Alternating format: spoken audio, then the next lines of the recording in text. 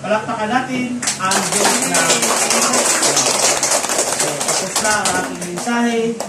Kung gusto man salamat, magano nasa sa bawat isa. Salamat sa mga bisita na yan. Sa mga balik din, salamat sa inyo. Nauugma ko sa inyo. Iyak na yan. Iyak na yan. Si Rachel ito talaga. Sana ito. Magandang umaga po. Sorry, hindi ako masyadong sa mesa. Maraming tao. So, ayun. Salamat po sa lahat ng pumunta dito.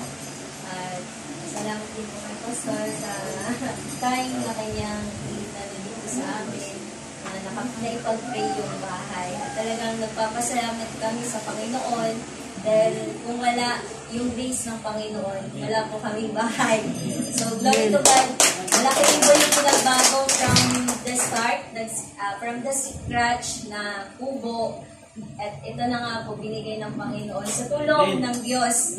Ayun po, kung wala ang Panginoon, siguro di rin kami magkakaroon ng ganitong bahay at sasakyan. Din sa tulong din po ng kapatid ko, dahil sa biyaya ng Panginoon, siya ay nakapunta sa ibang bansa, nagkaroon kami ng bahay at sasakyan. So, glory to God. Sa Diyos lang po talaga lahat ng papuri. Kasi, ayun po, sa Kanya nanggagaling ng lahat. Sabi nga po ni Pastor, di ba po, lahat ng biyaya ay binibigay sa atin ng Panginoon.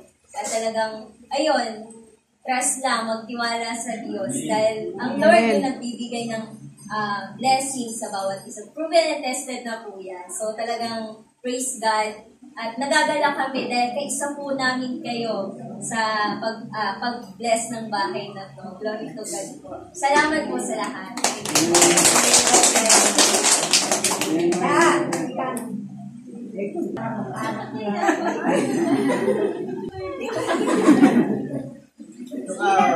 Salamat sa mga biyaya na katanggap. Kasi, alam ninyo, ngayon sa kanya kalooban. Ayan. Ito ba?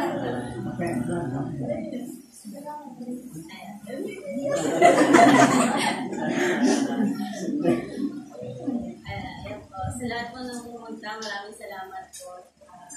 Thank you po kay Lord kasi dahil dito nakauwi din ako. Pag-vacation po ako dito kasi talagang hindi nakapag-vacation. So, thank you po sa lahat ng mga dumanag po dito. Hindi ko na po kayo maisa-isa kasi medyo busy po talaga eh. Pero thank you po, Pastor. Thank you po. Maraming salamat po. Yun lang po.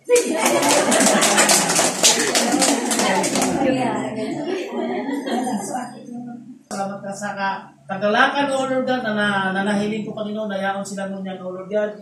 Gayun man, O Lord God, sa pagkain namin pagsulasaluhan, Panginoon, dalangin ko, O Lord God, ang kalakasang pisikal sa bawat isa. Salamat sa pagpapala, biyaya, salamat sa mga taong naghanda, nag-prepare, Panginoon. Lord, alam ko, Panginoon, na ang lahat ito, Panginoon, ay marapat lamang. Napatuloy kami magpasalamat sa lahat ng aming natatanggap, O Lord God. Kaya sa oras nito, O Lord God, dalangin ko, Panginoon, na patuloy masbasan ang pagkain na aming pagsulasaluhan sa oras nito, Panginoon. Dalangin ko rin, O Lord God, sa bawat isa na kagalakan, ang iyong pag-ibig, ang kabutihan ay patuloy na mag-alos sa bawat isa sa amin. Kaya sa oras ito, Panginoon, ang pagkain ng pusulan ay patuloy namin binabalik ang lahat ng pupulit pa sa salamat sa pangalan ni Jesus. Amen.